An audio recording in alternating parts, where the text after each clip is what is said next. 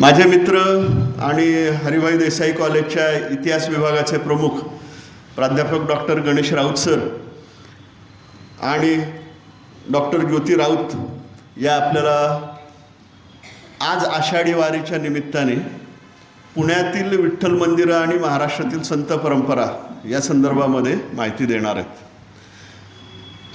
आमच्या विभागामध्ये जे नवे अभ्यासक्रम सुरू झाले त्या अभ्यासक्रमांच्या सुरुवातीलाच आज आषाढी एकादशी आहे, तर त्या निमित्ताने विशेषतः महाराष्ट्राबाहेरून आलेले आमचे जे विद्यार्थी आहेत तर त्यांनासुद्धा महाराष्ट्रातल्या या अनोख्या परंपरेची माहिती व्हावी यासाठी आपल्या विभागातून आपण काही एक उपक्रम करावा म्हणून मग महाराष्ट्र टाइम्स आणि हरिभाई देसाई कॉलेज यांचा जो संयुक्तपणे उपक्रम चालतो तर त्या हेरिटेज वॉकचा उपक्रम आपण आपल्याकडे घ्यावा अशी कल्पना समोर आली आणि त्याला राऊत सरांनी मान्यता दिली, याबद्दल मनापासून धन्यवाद.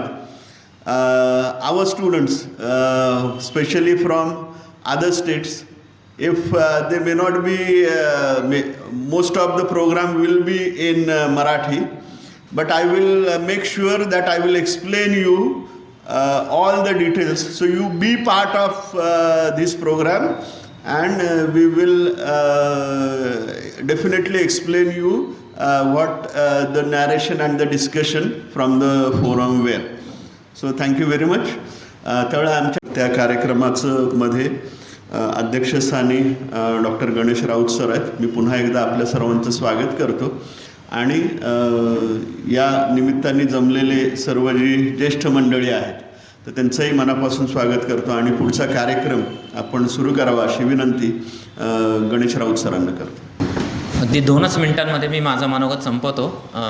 आज 5व्या वर्षाचा हेरिटेज वॉकचा हा शेवटचा कार्यक्रम आहे. 1 ऑगस्टपासून वेगळ्या संस्थांबरोबर ते आपला हा कार्यक्रम सुरू होईल. त्यामुळे संजय तांबट सरांचा फोन आल्याबरोबर त्यांना नाही म्हणणं पुण्यात कोणालाच शक्य नसतं, कारण ते पत्रकारिता विभागाचे प्रमुख आहेत आणि मी जे पुणे शहर सगळं पाहिलं लहानपणी ते त्यांच्या सायकलवरती डबल सीट बसून पाहिलेलं आहे. त्यामुळे माझं पुण्याचं हेरिटेज वॉक हे माझ्या लहानपणीच झालेलं आहे. आता मी जे काही फिरत असतो ते त्यांनी दाखवलेल्या मार्गावरून मी चालतो आहे. आणि those who students are from other states in Pune city there are 250 heritage sites. Some sites are in ancient sites, medieval sites and modern sites. So we organized last 5 years Heritage Walk in Pune city with association with Maharashtra Times and also Lokmanya Multipurpose Cooperative Society. So Pune has a long tradition of history and culture. Then Pandhari's Wari or the Pandharpur. Pandharpur has a even local history. It's a rich cultural history in Maharashtra, not only in Maharashtra but also all over India. So today we are going to explain the temple culture, then what about the Wari system and saint tradition in Maharashtra. आजच्या ज्या वक्त्या आहेत त्या आदरणीय ज्योती Raut madam आहेत, त्या इतिहास विभागाच्या मध्ये काम करतात आणि तुम्हाला सर्वांना कल्पना आहेच, त्या बोलायला लागले की मी बोलू शकत नाही म्हणून त्यांच्या अगोदर बोलण्याची संधी मी घेतलेली आहे. आता मी फक्त लवाटे सरांची वाट बाहेर बघणार आहे. मी त्यांचं इथं स्वागत करतो आणि कार्यक्रमाला खूप खूप शुभेच्छा. तुम्ही सगळे इथं आलात, मनपूर्वक धन्यवाद. नमस्कार. आज आषाढी एकादशी आणि त्या जगदीश्वराने पंढरपूरच्या पांडुरंगाने मला आज तुमच्यासमोर बोलण्याची संधी दिली. प्रथम त्याला नमस्कार करते, त्यानंतर माझे सद्गुरू त्यांना नमस्कार करते आणि श्रोते तुम्ही तर जगदीश्वराचं स्वरूप, त्यामुळे तुम्हालाही नमन करते. आणि आज जी काही माझ्या वाचनातली माहिती आहे ती तुम्हाला सादर करते. आपल्याला पंचेंद्रिय असतात पण 6वं इंद्रिय आता जोडलं गेलं आहे, काय? मोबाईल. आणि त्यामुळे त्या इंद्रियाने आता इतकं प्रस्थ वाजवलं आहे की त्याच्यावरती आपल्याला जगाचा इतिहास हव्या त्या गोष्टी मिळतात. त्यामुळे आजचं माझं बोलणं कदाचित प्रत्येकाने ऐकलं असेल, जे ज्येष्ठ आहेत त्यांचं वाचन नक्कीच खूप असेल, पण माझा हा छोटासा प्रयत्न. पंढरपूरची जी वारी आहे त्याचं महात्म्य आज आपण समजून घ्यायचं आहे. ती किती जुनी आहे, संतांची परंपरा आणि या विठोबाची मूर्ती, त्याच्यात असलेलं अद्वैत जे आहे ते द्वैतात कसं येऊन बसलेलं आहे. तो परमेश्वर सगुण साकार कसा झाला आहे, तो निर्गुण निराकार असताना सगुण साकार आपल्यासाठी कसा आला आहे हे आपल्याला जाणून घ्यायचं आहे. संत परंपरा आपल्याला सगळ्यांना माहिती आहे, पण त्यातल्या काही कथा इतक्या सुंदर आहेत, त्या ऐकताना आपण परत परत ऐकल्या तरी आपल्याला त्या नव्याने ऐकायला आवडतात. कारण माणूसच हा गोष्टी वेल्हाळ आहे. आणि त्यामुळे पंढरपूरची ही जी काही विठोबाची मूर्ती आहे, पांडुरंगाची मूर्ती आहे, ती किती जुनी आहे, तिची परंपरा किती जुनी आहे ते पहिल्यांदा जाणून घेऊ. पद्मपुराणामध्ये, स्कंदपुराणामध्ये, शंकर भाष्यामध्ये, या सगळ्या मोठमोठ्या ग्रंथांमध्ये वारकरी, वारी, पंढरपूरची मूर्ती, विठोबा याची माहिती आपल्याला मिळते. आता पद्मपुराणामध्ये आलेल्या उल्लेखानुसार हा जो काही तुम्हाला माहिती आहे पुंडलिकाने ही मूर्ती पंढरीमध्ये त्याच्यामुळे आली हे सगळ्यांना माहिती आहे. हा भक्त पुंडलिक होता कोण आणि हा निर्गुण निराकार सगुण साकार रूपात त्याच्यासाठी आला का, ही गोष्ट खूप रोचक आहे. भक्त पुंडलिक हा पहिल्यांदा अगदी साधा पंढरीत राहणारा एक तरुण मुलगा होता.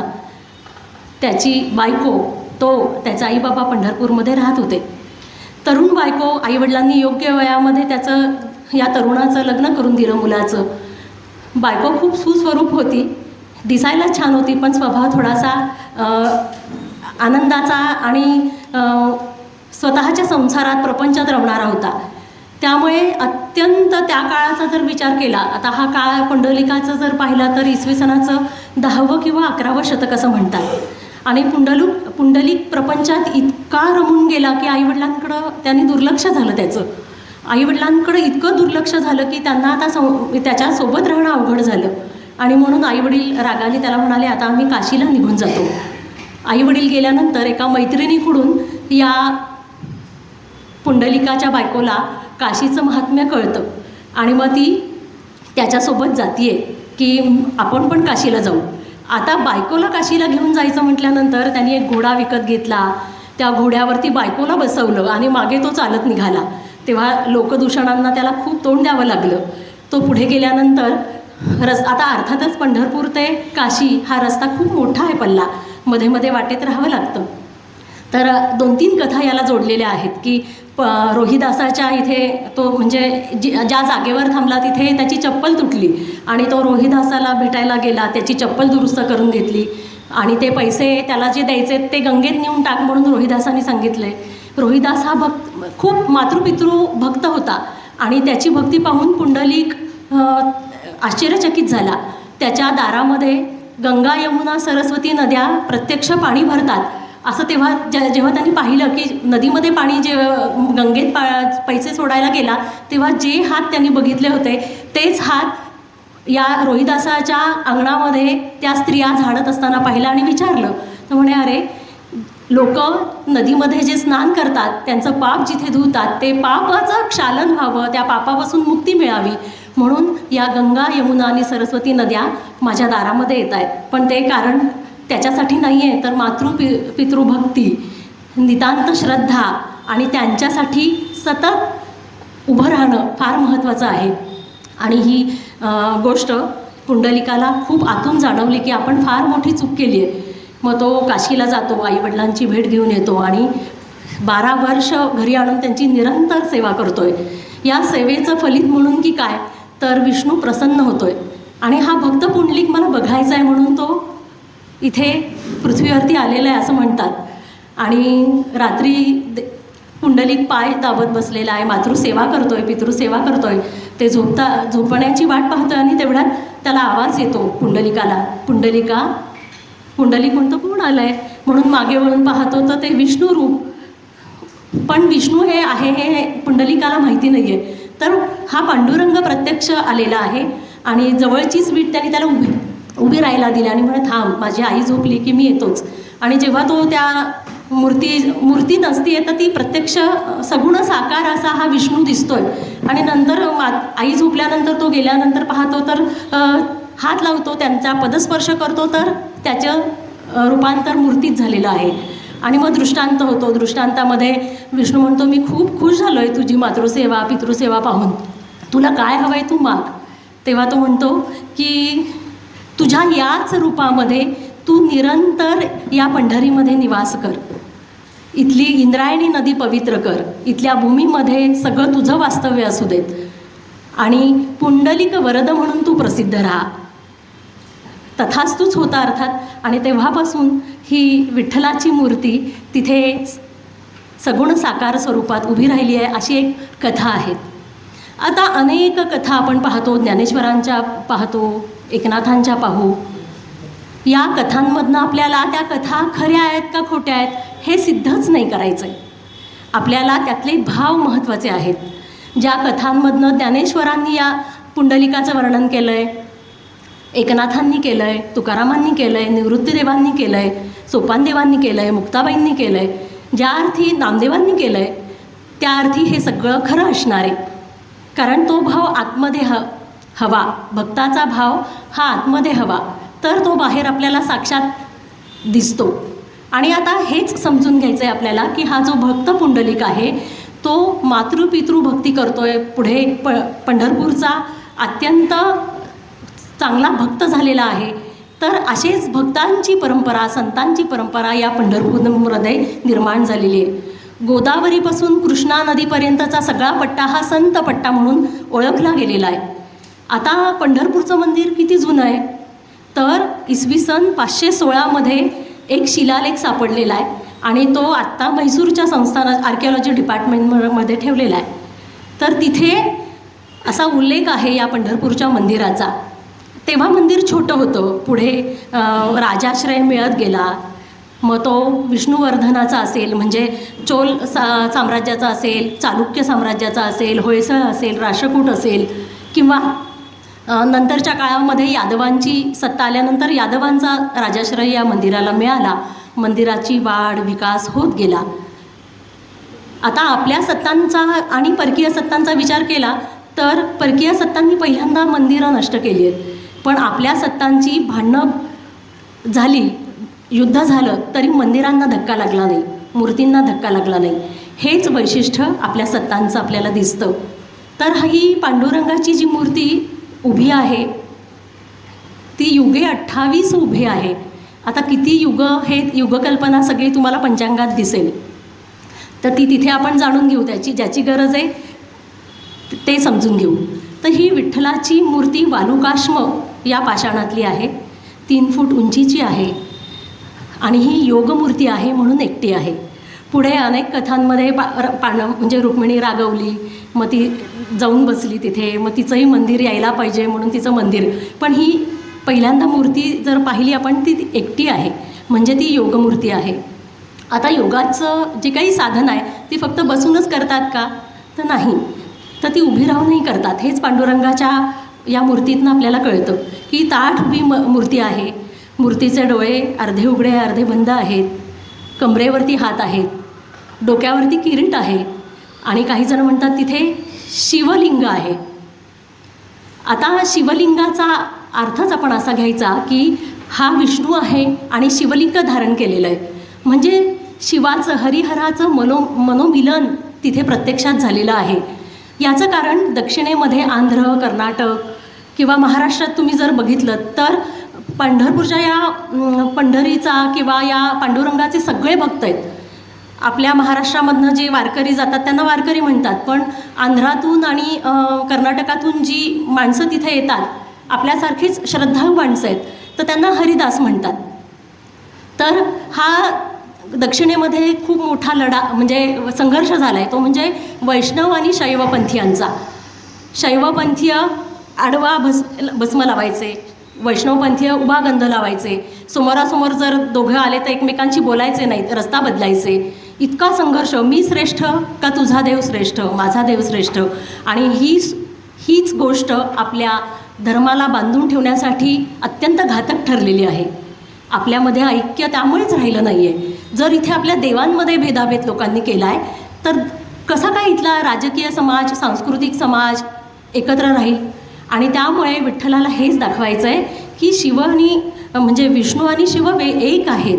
त्यास लोकांची श्रद्धा या पद्धतीने बसावी आणि इथे सगळ्यांनी समभावाने यावं. आणि म्हणूनच ही विठ्ठलाची मूर्ती कशी आहे, समचरण आहे. जी वीट उभी आहे ती वीट, आत्ताची वीट तुमच्या डोक्यासमोर येईल पण ती दगडातली वीट आहे आणि तिची जर तुम्ही पावलं पाहिलीत ती समचरणं आहेत. समचरणाचा फार मोठा अर्थ परमार्थात सांगितलेला आहे की भक्त या पांडुरंगासाठी समान दृष्टीने तो त्यांच्याकडे बघतोय. तुम्ही फक्त प्रेम द्या, भक्ती द्या आणि मग तो त्या समचरणाने तुम्हाला तुमचे अनुभव देईल. परमार्थशास्त्र हे अनुभवाचं शास्त्र आहे. ते रसायनशास्त्रासारखं भारतात अमेरिकेत सिद्ध होऊन निष्कर्ष काढण्याचं नाही आहे. प्रत्येकाचा अनुभव वेगळा आहे, त्यामुळे हे अनुभवाचं शास्त्र आहे. पण त्याला शास्त्र म्हटलं आहे कारण शास्त्रामध्ये काही संकल्पना येतात. म्हणजे शंकराचार्यांनी पण त्याचं वर्णन केलेलं आहे. अर्थात ज्याची जशी बुद्धी त्याचं त्या पद्धतीने अभ्यास होतो. पण एकेका टप्प्यावरती आपण आश्रम व्यवस्था पाहतो की नाही, त्याच्यामध्ये त्या आश्रम व्यवस्थांमधनंच आपल्याला आपल्या जीवनाचं काय इर्सिप्त आहे हे मिळवणं कसं गरजेचं आहे हे आपली आश्रम व्यवस्था सांगते. तर ब्रह्म म्हणजे काय, मोक्ष म्हणजे काय, मोक्ष कोणी पाहिला आहे. काहींची तर कल्पना अशी असते की मोक्ष हा मृत्यूनंतरची गोष्ट आहे, तिचा आत्ता विचार करून काय उपयोग आहे. मी माझं आत्ताच जीवन आनंदाने जगेल आणि मला हवी तेवढी मी श्रीमंती मिळवेल, मी दुसऱ्यांच्या डोक्यावर पाय ठेवून मी उभा राहीन, लुटेन, हवी तेवढी संपत्ती मी वाटेल त्या मार्गाने गोळा करेन. तर हे उपयोगात नाही आहे. या परमार्थशास्त्रामध्ये हे सांगितलं आहे की जीव म्हणजे काय, जगत म्हणजे काय, ब्रह्म म्हणजे काय आणि ईश्वर म्हणजे काय. आपण परब्रह्म म्हणतो, ते परब्रह्म कसं आहे तर अद्वैत आहे, ते निराकार आहे, निरामय आहे, त्याला आकार नाही आहे. पण त्याची प्रचिती येण्यासाठी त्यांनी कोणाचा निर्मिती केली आहे तर या ईश्वराची निर्मिती केली आहे.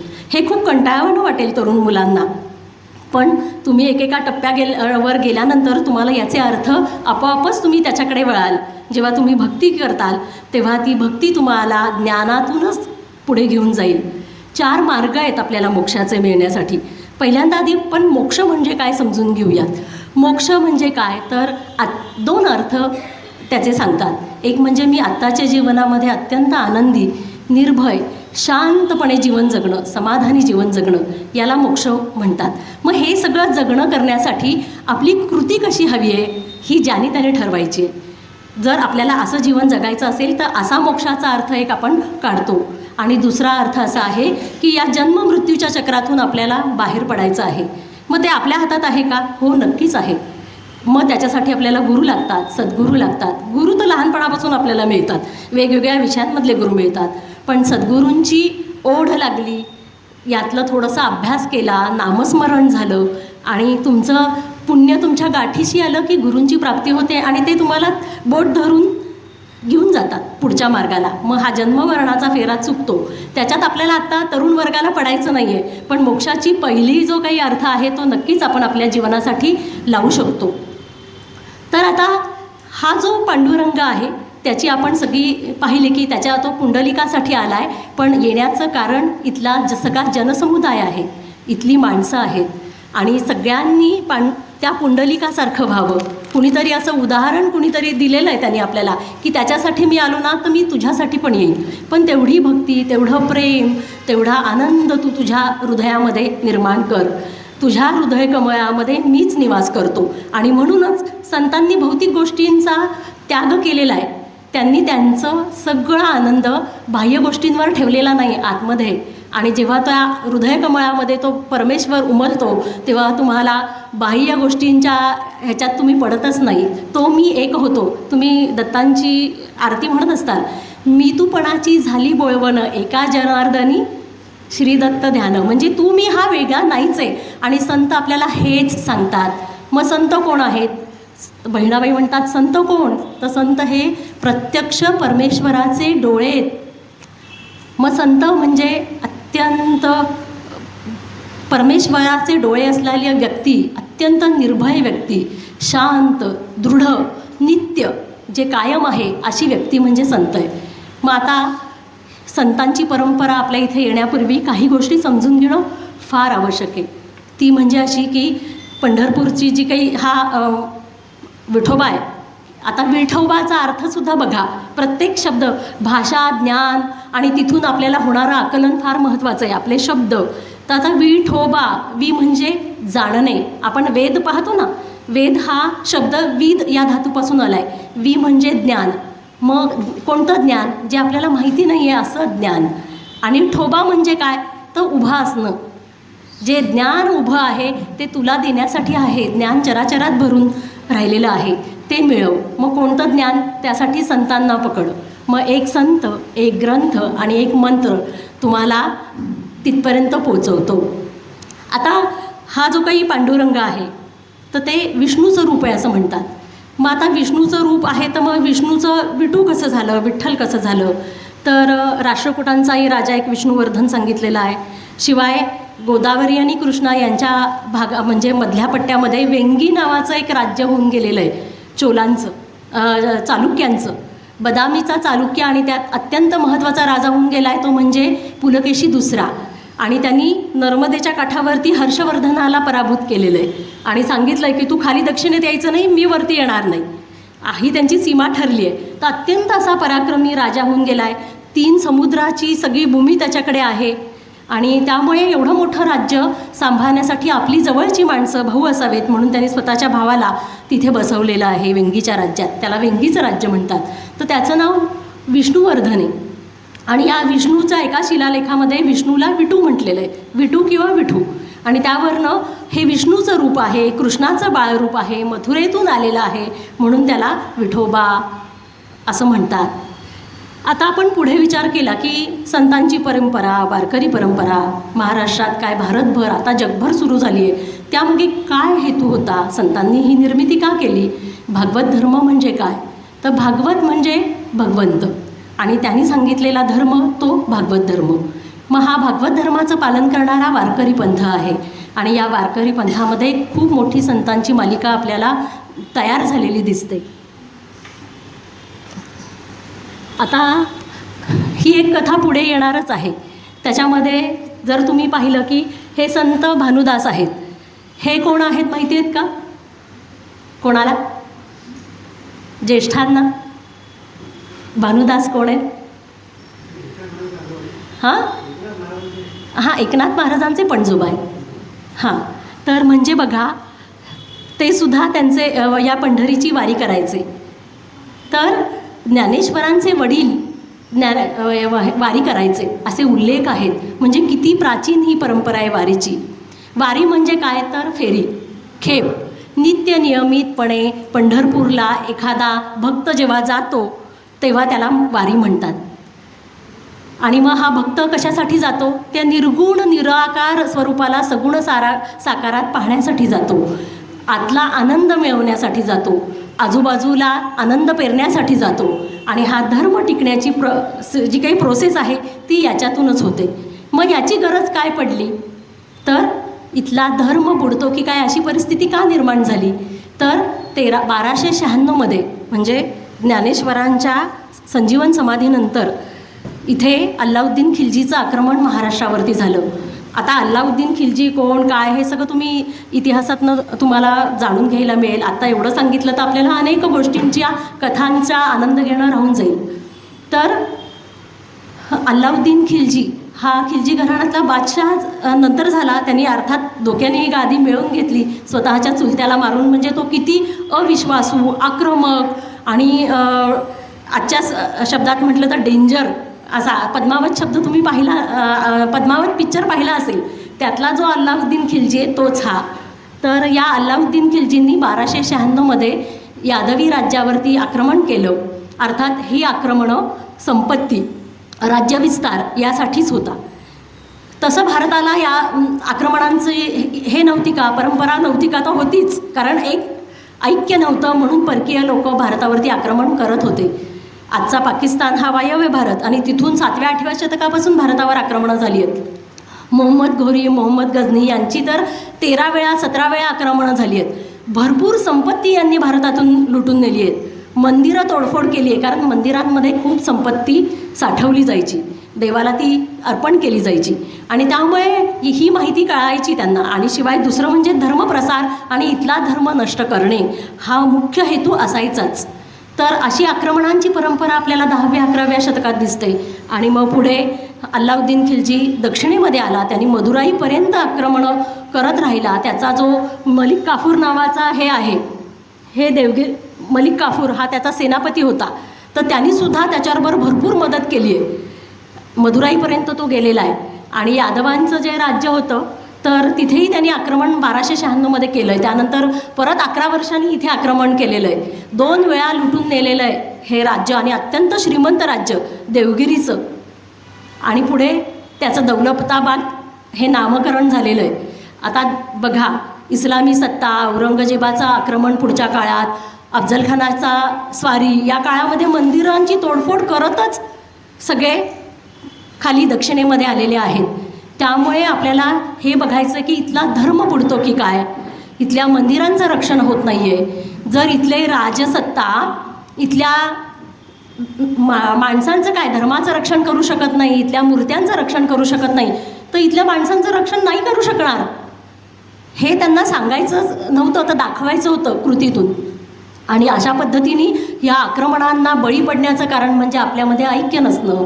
अनेक जाती, पोट जाती, उपजाती, त्यामुळे स्पृश्य अस्पृश्य, गरीब श्रीमंत, उच्च नीच असा इतका भेद होता. म्हणजे पांडुरंगाच्या मंदिरामध्ये कित्येक अस्पृश्यांना म्हणजे चोखामेळ्याला प्रवेश नव्हता. इतका म्हणजे तुम्ही जर ते संत मेळ्याचं हे पाहिलं, चित्र पाहिलं, तर हे सगळे संत पांडुरंगाच्या कोणी खांद्यावर बसलंय, कोणी हात धरलाय, कोणी या खांद्यावर बसलंय. तर इतका जवळ असणारे पांडुरंगाच्या या सगुण साकाराच्या जवळ असणारी माणसं पण त्यांना मंदिरात प्रवेश नाकारलाय. तर माणसाची बुद्धी, ऐक्य नसणं आणि इथला समाज पोखरला गेलेला आहे. धर्माला ग्लानी आलेली आहे. परकीय म्हणून त्यांना आक्रमण करणं सोपं गेलेलं आहे. इथे जर वैष्णव आणि शैव एकत्र येऊ शकत नाहीत तर बघा काय होईल आणि झालेलं असेल. तर अशा परिस्थितीमध्ये धर्म टिकवण्यासाठी संतांची एक मालिकाच आपल्याला तयार झालेली दिसते. भारतभर म्हणजे उत्तर भारतात दिसते, महाराष्ट्रात दिसते. आणि मग ही वारीची परंपरा 10व्या-11व्या शतकाच्या आधीपासून चालत आलेली असावी, पण त्याला खूप मोठं बळ ज्ञानेश्वरांपासून मिळालं. मग ज्ञानेश्वरांनी काय केलं तर त्यांच्या सगळ्या बालपणीच्या कथा तुम्हाला माहिती आहेत की विठ्ठलपंत त्यांचे वडील संन्यासाश्रम स्वीकारल्यानंतर गृहस्थाश्रमात गुरूंच्या आज्ञेने येतात. मग त्यांना आळंदीला स्वीकारत नाहीत, दूर लोटलं जातं, वाळीत टाकलं जातं. पण हे 4 जे आलेले आहेत तर ती आपली अशी संत परंपरा सांगते की हे ब्रह्मा विष्णू महेशाचेच अवतार आणि ती आदिमाया आलेली आहे, मुक्ताबाई त्यांचं कार्य करायला आलेली आहे. आणि पण देहात आल्यानंतर जिथे रामाला कृष्णाला सुद्धा मानवी भोग चुकले नाहीत तिथे यांना कसे चुकतील हाही विचार केला पाहिजे. कधी कधी आपल्या मनामध्ये आपण बुद्धिवंत किंवा बुद्धिनिष्ठ असतो तेव्हा काय विचार करतो, जर मग परमेश्वर आहे तर त्यांना का नाही वाचवलं, का लोकांनी त्यांना त्रास दिला. तर हेच दाखवायचं होतं त्यांना की अरे मानवी देह असा असला तरी मनामध्ये कटुता ठेवू नका आणि लोकोद्धार करा, समाजाचा उद्धार करा. आणि तुमच्या मनामध्ये कटुता ठेवली तर परत तुम्ही एकत्र येणारच नाही. तर ज्ञानेश्वरांच्या कथा अगदी वाचनीय आहेत. ज्ञानेश्वरी वाचा. त्यांनी ज्ञानेश्वरीचं लेखन केलं 1290मध्ये आणि या लेखनाचं पूर्ण झालं तेव्हा ते अगदी 16 वर्षांचे होते. आज आपण 16 वर्षांचे 10वीसुद्धा पास नसतो. बघा, जेव्हा त्यांचं अद्वितीय सगळं कार्य पाहिलं तर आपल्याला पटतं की खरंच हे अवतारी पुरुष होते. आणि हे अवतारी पुरुष देहामध्ये आल्यानंतर इथला समाज टिकून राहण्यासाठी, लोकांमधलं ऐक्य टिकून राहण्यासाठी कसं त्यांनी काम केलेलं आहे. मग ज्ञानेश्वरांचं खूप सुंदर सुंदर गोष्टी आहेत. भानुदासांची गोष्ट सांगते पुन्हा एकदा राहिलेली की भानुदासांनी ही विठ्ठल मूर्ती जी पंढरपूरची होती ती हम्पीला, बदामी तुम्हाला माहिती आहे, हम्पी बदामी कर्नाटकातली, तर तिथे विजयनगरचं राज्य होतं कृष्णदेवरायचं. तर त्यांनी ती नेलेली आहे कारण त्याला ती खूप आवडली. त्याची पत्नीसुद्धा खूप विठ्ठलभक्त होती आणि त्यामुळे ती त्यांनी मंदिर बांधलं सुंदर. विजय विठ्ठल मंदिर आज तिथे आहे पण त्या मंदिरामध्ये मूर्ती नाही आहे. तर ही मूर्ती पांडुरंगाची त्यांनी तिकडे नेली आणि बसवली. रोज राजाची ती पूजा म्हणजे किती मोठी असेल, एवढे त्याला लाड व्हायचे त्या पांडुरंगाच्या मूर्तीचे, एवढी सोपस्काराने पूजा अर्चा केली जायची. पण एकाची उणीव होती, ती म्हणजे भक्ती. आणि पांडुरंगाने सांगितलं होतं कृष्णदेवरायाला की हे बघ, माझा कुठला भक्त आला तर तू मला इथून सोडलं पाहिजेस. हो म्हणाला होता तेव्हा तो. आणि काही वर्षात म्हणजे जेव्हा आषाढी एकादशी अशीच आल्यानंतर सगळे वारकरी पंढरीत जमू लागल्यानंतर आता मूर्ती नाही, काय करायचं. तेव्हा भानुदास म्हणजे एकनाथांचे पणजोबा ते म्हणाले मी घेऊन येतो. अर्थात ही सगळी घराणी अत्यंत भगवत भक्त होती त्यामुळे त्यांना आतून इच्छा होती की माझा हा देव इथे आला पाहिजे. आज आपण काय म्हणतो, मूर्तीत देव पाहू नका माणसात बघा, पण आधी तो मूर्तीत बघितला तर माणसातला दिसेल ना, कारण ती भक्ती अशी गोष्ट आहे की त्याचं आतमध्ये निर्माण व्हावी लागते ती, मग ती आपल्या कृतीमध्ये येते. तर हे भानुदास बदामीला म्हणजे हंपीला गेलेले आहेत आणि रात्रीतनं ती मूर्ती म्हणजे पूर्ण शेजपूजा झाल्यानंतर 9 वाजता दरवाजे बंद होत आहेत आणि द्वारपाल उभे राहिलेले आहेत. कृष्णदेवराय झोपायला निघून गेलेला आहे, तेव्हा भानुदास गपचूप जातात, तर द्वारपालांना झोप लागते. नंतर तिथली कुलपकडी म्हणजे आपाप निघतात आणि भानुदास विठ्ठलापर्यंत पोचतात आणि विठ्ठलाला सांगतात, मी तुला घ्यायला आलो आहे, चल. तो म्हणतो, थांब, उद्या जाऊयात आपण. तोवर स्वतःचा एक कंठा त्याच्या गळ्यात घालतात. मग भानुदास म्हणतात, सकाळी भेटूयात आपण. आणि सकाळ होते, पूजा अर्चेला राजा येतो, पाहतो तर गळ्यामध्ये कंठा नाही. आधीच सुरुवात झालेली असते लोकांची आरडाओरडा करायला. द्वारपालांवरती खूप हे येतं की आता काय करायचं, आता राजा आपल्याला शिक्षा देईल, कुणीतरी शोधलं पाहिजे. मग सेवक येतात, 4 दिशांना जातात. तर नदी किनारी विठ्ठलाची अर्चना करत बसलेले हे भानुदास आणि त्यांच्या गळ्यातला कंठा दिसल्यावर त्यांना पकडून नेतात आणि आता काय द्यायचं, तर सुळावर द्यायचं, ही एकमेव शिक्षा आहे. अशी जर मंदिरांमध्ये चोरी झाली तर एकमेव शिक्षा सुळावर द्यायचं. सुळाचे दोर आणि ते म्हणजे लाकडातले हे घातले जातात भानुदासांच्या ह्याच्यात. त्यांचं विठ्ठल भक्ती चालूच असते. काय झालं हे त्यांना कळत नसतं. आणि जेव्हा कृष्णदेवरायाच्या समोर आणलं जातं तेव्हा त्या सगळ्या दोरांना पालवी फुटते आणि हे सेवक कृष्णदेवरायाला दाखवतात. तेव्हा ते धावत येतात, नमस्कार करतात भानुदासांना आणि म्हणतात की तुम्ही खरे भक्त आहात. आणि पांडुरंगाची मूर्ती कृष्णदेवराय त्यांच्याबरोबर पाठवतो, अगदी आणून बसवतो मंदिरात, अशीही कथा आहे. काही म्हणतात की म्हणजे कथांना अनेक गोष्ट हे झालेल्या आहेत, विस्कळीत झाल्यात, कधी नवीन जोडल्या गेल्यात. तर अंगठ्या एवढं रूप छोटंसं घेतलं विठ्ठलानी आणि त्याच्या झोळीमध्ये जाऊन बसले भानुदासांच्या. आणि अशा पद्धतीने ही मूर्ती परत महाराष्ट्रात म्हणजे पंढरपूरमध्ये आलेली आहे. आता पंढरपूर, सोलापूर हा भाग खरं तर कर्नाटकात होता एकेकाळी. त्यामुळे कानडालू विठ्ठल म्हणतो ना आपण, की ही कर्नाटकची अत्यंत परमप्रिय अशी भक्तांची देवता आहे.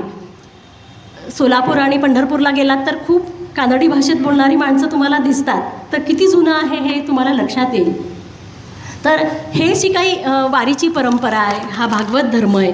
तर या भागवत धर्म आणि वारीची परंपरा समजून घेताना संतांची परंपरा का निर्माण झाली आपण जाणून घेतलं. आणि ह्याच्यातले ज्ञानेश्वरांची जी काही कार्य आहे ते तुम्हाला कुठेही आता वाचायला मिळेल, फोनवर ऐकायला त्या गोष्टी मिळतील. त्या गोष्टींमध्ये गुंतून न राहता आपण पुढे जाऊयात. तर संतांची मांदियाळीच निर्माण झाली पंढरपूरमध्ये. मग सावतामाळी आहेत, ही भीमा नदी आहे, संत सगळे हे निवृत्तीनाथ आहेत, नामदेव, भिंत चालवली आहे. या सगळ्या कथा आहेत आणि या कथांमधनं हे घडलेलं असणार आहे. ज्या अर्थी हे कथांमधनं आणि सगळे आपले संत सांगतायत त्या अर्थी हे घडलेलं असेल तुकारामांपर्यंत. आणि पुढे रामदासांचं चित्र घालायचं राहिलं आहे, पण ही रामदासांपर्यंत परंपरा येते. ते वारकरी नसले तरी काळाची गरज ओळखून तयार झालेलं असं संत व्यक्तिमत्वच होतं महाराष्ट्रातलं. येतं आहे का लक्षात सगळ्यांना? तर अशा पद्धतीने ही संतांची परंपरा पाहताना ज्ञानेश्वरांनी वारकऱ्यांबद्दल खूप चांगले बोल काढलेले आहेत. ते म्हणजे काय, ते स्वतःला वारीकरच म्हणत आहेत. आता वारीकर आणि वारकरी हा अपभ्रंश झालेला शब्द आहे. ज्ञानेश्वर काय म्हणत आहेत बघा, काया वाचा मने जीवे सर्वस्व उदार, काया वाचा मने जीवे सर्वस्व उदार, बाप रखुमा देवी वरा विठ्ठलाचा वारीकर. तसंच नामदेवही म्हणतायत, आले आले हो हरीचे डिंगर, वीर वारीकर पंढरीचे. आता डिंगर म्हणजे काय, अर्थात हे शब्द आपल्याला जुने असल्यामुळे माहिती नसतात, ते समजून घेणं आवश्यक आहे. डिंगर म्हणजे लाडकं कौतुकाचं पोर. मग हे हरीचं खूप लाडकं पोर आहे. हे जे काही वारकरी जातात ते हरीचे असतात, त्यामुळे त्यांच्यासाठी ते जातात. त्यामुळे त्यांचा लाड, त्यांचं सगळी इच्छा पूर्ण करण्याचं काम तो पांडुरंग करतो. आता पांडुरंगाचं नाव पांडुरंग का पडलं, तर पांढुरका रंग त्याचा आहे. मग हा पांढुरका रंग तर आता दिसत नाही, पण कृष्णाचं जर तुम्ही गोष्टी वाचल्या तर तो रोज गाई घेऊन जायचा ना यमुनेमध्ये मथुरेला. आणि गाई जेव्हा संध्याकाळी घरी घेऊन जायचा तेव्हा ती सगळी धूळ उडायची, त्याच्या अंगावर बसायची आणि त्यामुळे तो पांढुरका दिसायचा, म्हणून तो पांडुरंग. अशाही कथा आहेत.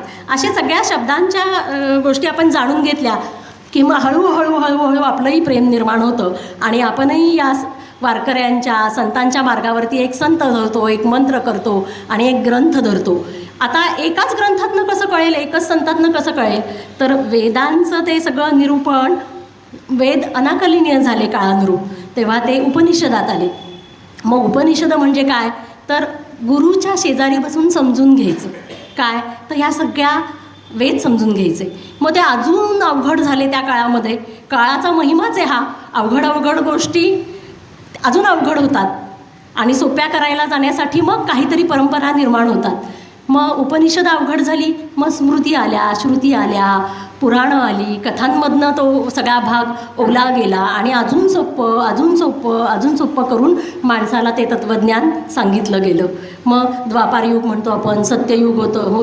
मग या युगांमध्ये देवाच्या प्रार्थना करण्याच्या वेगवेगळ्या पद्धती होत्या. कधी मंत्र, उपासना असायची, अनुष्ठानं केली जायची, नंतर यज्ञयाग केले जायचे.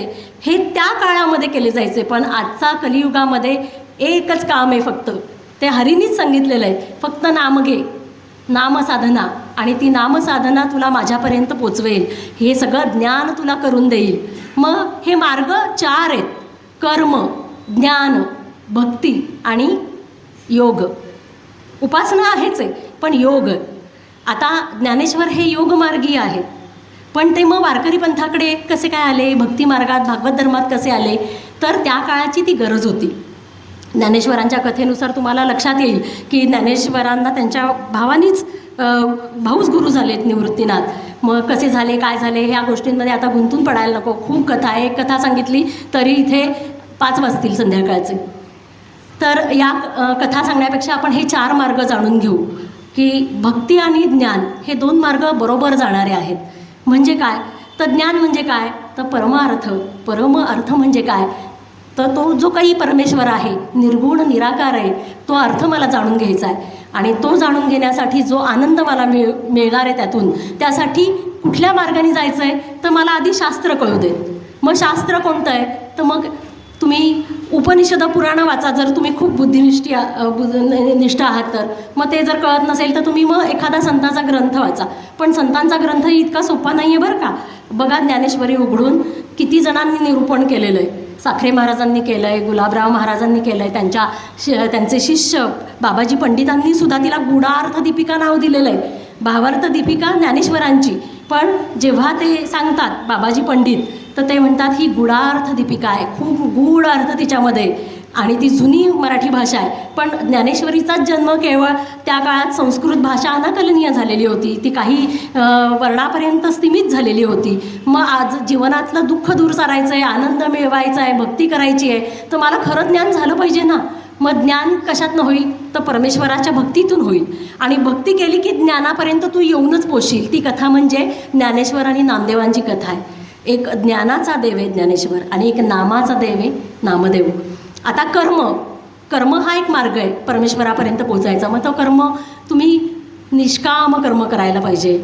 निष्काम उपासना, तुमची चित्तशुद्धी, तुमची चित्तशांती, याच्यातून कर्म घडलं की तुम्ही परमेश्वरापर्यंत पोचणार. म्हणजे काय, तू स्वतःसाठी जगू नको, समाजासाठी जग, तेव्हाच तुझं चित्त शांत होईल. तू भौतिक गोष्टींमध्ये मला बघू नको, दुसऱ्यांच्या आनंदात बघ, तरच तुझं चित्त शांत होईल. शांत चित्तामध्येच मी स्थिर होणार आहे. त्यासाठी पहिल्यांदा तुझं चित्त शांत कर. मग हा कर्ममार्ग आहे. दुसरा आहे ज्ञानमार्ग, म्हणजे हे ग्रंथ समजून घे. हे ग्रंथातला गूढ अर्थ तुला गुरु सांगेल, त्यामुळे ग्रंथ समजून घे, ज्ञान करून घे. काय हे ब्रह्म आहे. शंकराचार्य म्हणतात ना, जगन्मिथ्या, ब्रह्मसत्य जगन्मिथ्या, तत्वमसी, 4 महावाक्य सांगितलेली आहेत. ती सांगितली तर जरा आता हे खूप डोक्यावरनं जाईल, झोप येईल, पण त्याचा अभ्यास तुम्ही नक्कीच करू शकता. आहेत, सगळं मराठीत आहे, त्यामुळे काही काळजी करू नका. तर हा भक्ती एक मार्ग आहे. मग जे अज्ञानी जीव आहेत त्यांचा उद्धार करायला पुंडलिका आणि पांडुरंगाला बोलवलेलं आहे. तर या अज्ञानी जीवाला अत्यंत सोपा मार्ग सांगितला आहे. ते म्हणजे त्या निर्गुण निराकार जो सगुण साकार आलेला आहे त्याची भक्ती कर, त्याचंच नाम तोंडामध्ये घे आणि इथल्या समाजाचा उद्धार करण्यासाठीचे प्रयत्न कर. मग संतांनी हे काम त्यांच्या कृतीतून, त्यांच्या लिखाणातनं केलेलं आहे. ज्ञानेश्वरांनी मराठीत आणून ज्ञानेश्वरी आपल्यावर फार मोठे उपकार केलेले आहेत. ते आद्य गुरु म्हटलं तरी चालेल. आद्य वारकरी म्हटले तरी चालतील आणि नाथपंथी असूनही ते इकडे येण्याचं कारण वारीची परंपरा जुनी आहे. इथे संतांची खूप मोठी मांदळी पंढरपूरमध्ये त्याच्या आजूबाजूच्या पट्ट्यात आहे आणि मग हे संत जर प्रेमाने एकत्र येत आहेत तर ह्यांनाच बरोबर घेऊन आपला धर्मरक्षण करावा, या धर्माची जी ग्लानी आलेली आहे ती दूर करावी, त्यासाठी कुणीतरी नेमलं पाहिजे की नाही, कुणीतरी शोधलं पाहिजे. तर असा हा नामदेव तिथे आहे. मी अरेतुरे म्हणते, अर्थात आदर खूप आहे, प्रेम आहे. आपल्या प्रेमाच्या माणसाला आपण अरेतुरे म्हणतो, परमेश्वरालाही आपण म्हणतो की नाही. तर नामदेव पंढरपूरमध्ये आहेत. मग त्यांचं मूळ गाव नरसी बामणी, परभणी जिल्ह्यातलं, आईवडील विठ्ठल भक्त. अशी एकदम भक्ती येत नाही, त्याची परंपरा खूप आधीपासून असावी लागते किंवा पूर्वजन्माचं सुकृत असेल, तुमचं काही केलेलं असेल तर या जन्मामध्ये ते पुढे फळतं. तर नामदेव अगदी बाल संस्कार त्यांचे बालपणापासून वडिलांमधली विठ्ठल भक्ती त्यांच्यामध्ये पण मुरली आहे. नेमलेलं होतं, आलेली होती त्या हेतूनी. तर तिला असं शाळेत पाठवतील का? नाही पाठवणार.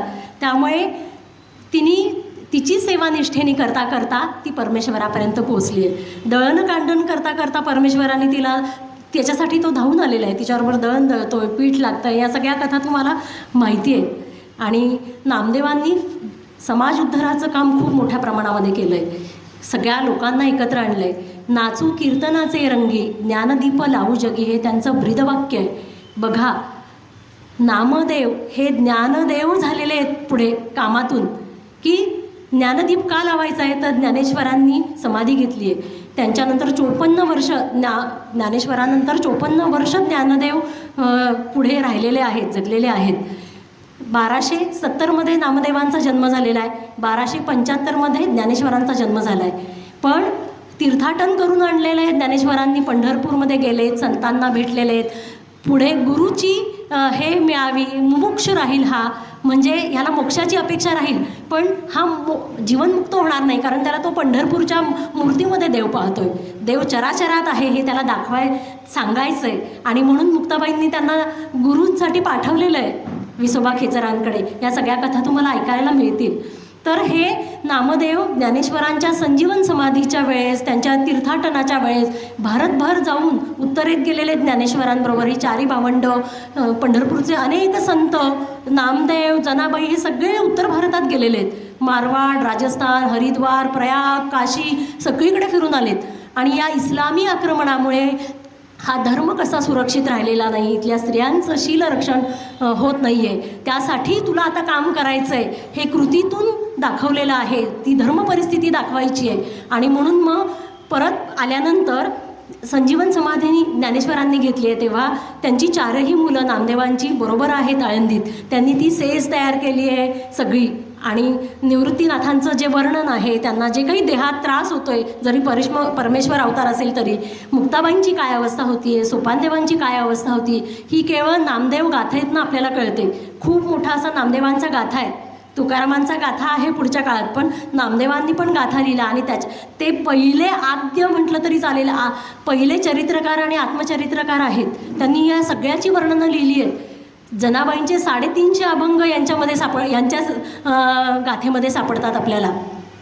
नंतर त्यांच्या 4ही मुलांनी भगवत भक्तीतून खूप मोठा पल्ला गाठलेला आहे. सगळे जण असे अभंग रचत आहेत. त्यांचा अत्यंत पट्ट शिष्य चोखामेळा तुम्हाला माहिती आहे की अशाच विठ्ठल भक्त आहे. आणि महार असल्यामुळे, अर्थात जातीचा उल्लेख करावा लागतो, पुस्तकांमधनं आहे म्हणून, पण खालच्या जातीतला असल्यामुळे पांडुरंगाचं दर्शन घेऊ शकत नाही आहे मंदिरात येऊन. खूप बंधनं आहेत त्याच्यावर. त्याला शेवटी म्हणजे पांडुरंग त्याला जवळ नेतो रात्रीतनं, स्वतःचा शेल हे घालतो, त्याच्या कंठा घालतो, गळ्यामध्ये हार घालतो, तेव्हा माराही बसलेला आहे. म्हणजे पांडुरंगाने ही कृती का करावी असं मला सुरुवातीला वाटायचं.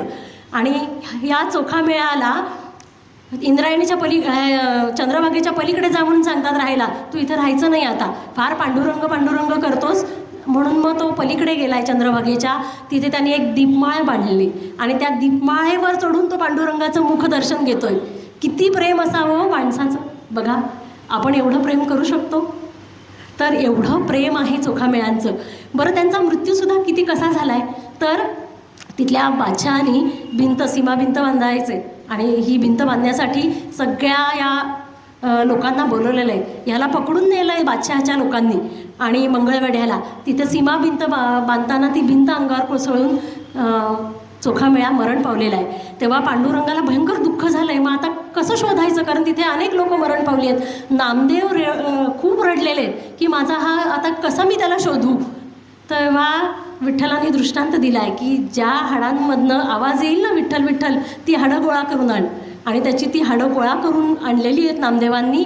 आणि ज्याला कायम मंदिरात प्रवेश नाही अशा मंदिराच्या महाद्वारात त्याची समाधी बांधली आहे. हे समाज उद्धाराचं कामच आहे ना.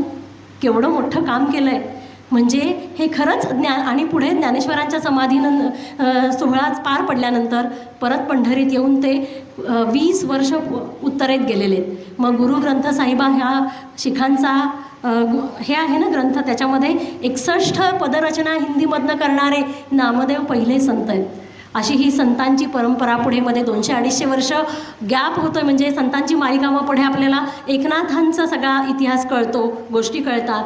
पुढे तुकारामांपर्यंत या सगळ्या कथा येतात. तुकारामांची त्या गाथातले सगळे कागद बुडवले होते. बहिणाबाई शिवूरकर पाठक त्यांचं 2 आडनाव आहेत, एक गावावरनं एक त्यांच्या नवऱ्याचं.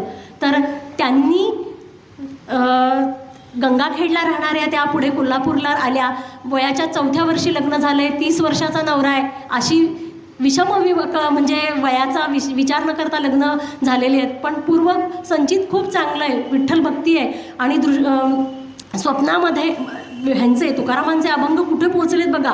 गंगाखेड, कोल्हापूर, तिथे लोक गायचे रोज रात्री कीर्तनं प्रवाहायची. तेव्हा असे अभंग त्यांच्या कानावर पडले. मला ह्या गुरु म्हणून यांना करायचं आहे म्हणून मागे लागतात वडिलांच्या आणि नवऱ्याच्या. नवरा म्हणतो, अरे ब्राह्मण जातीत जन्माला आली, खालच्या जातीतला तू कसा काय गुरु करते. ती म्हटली, तुम्ही येणार नसाल तर मी एकटी जाणार आहे. इतकी परखड होती ती. नवरा आला तिच्याबरोबर, देहूमध्ये येतात, देहूमध्ये घर घेतात राहायला भाड्याने. आणि ह्या ह्याला तुकारामांना बघायला जात आहेत. तेव्हा साक्षात जी स्वप्नामध्ये दृष्टांत झाला होता, स्वप्नात दिसलेले कपडे, ती मूर्ती तुकारामांची ती साक्षात दिसलेली आहे. जे स्वप्नात ते साक्षात. आणि त्या त्यांच्या अगदी शिष्याच झालेल्या आहेत, पट्टशिष्या. मग आता हे सगळ्या संतांनी किती मोठं काम केलं ते बहिणाबाईंच्याच अभंगातून आपल्याला कळतं. त्यांनी संतमेळा म्हणून लिहिलं आहे की ज्ञानदेवे रचिला पाया, ज्ञानदेवे रचिला पाया, उभारले देवालया. ज्ञानदेवे रचिला पाया, उभारिले देवालया. नामा तयाचा किंकर, त्याने केला हा विस्तार. जनार्दन एकनाथ, खांब दिधला भागवत. तुका झालासे कळस, तुका झालासे कळस, भजन करा सावकाश. बघा, सगळ्या संतांना एकत्र गोणून आणि त्यांचं कामाची एकच पद्धत आहे. हा समाज त्यांच्यामध्ये ह्यांनी खूप समाजातनं खरं तर राग, त्रास, लोकांचे द्वेष सहन केलेले आहेत. पण तुटले पण ठेवलं नाही, समाजातच राहिले आणि त्यांच्याच भल्यासाठी काम करत राहिले. तर ही संतांची परंपरा, वारीची परंपरा, वारकरी पंथ किती प्राचीन आहे आणि त्यांनी आपल्याला किती मोठं अमूल्य असं दान दिलेलं आहे ग्रंथांच्या रूपाने. तर त्याचाच आज जागर केला. आणि माझी वाणी याच्यासाठी खूप अपुरी आहे. तर हे सगळं माझं कार्य त्या जगदीश्वराला अर्पण करते, वाणीला विराम देते आणि थांबते.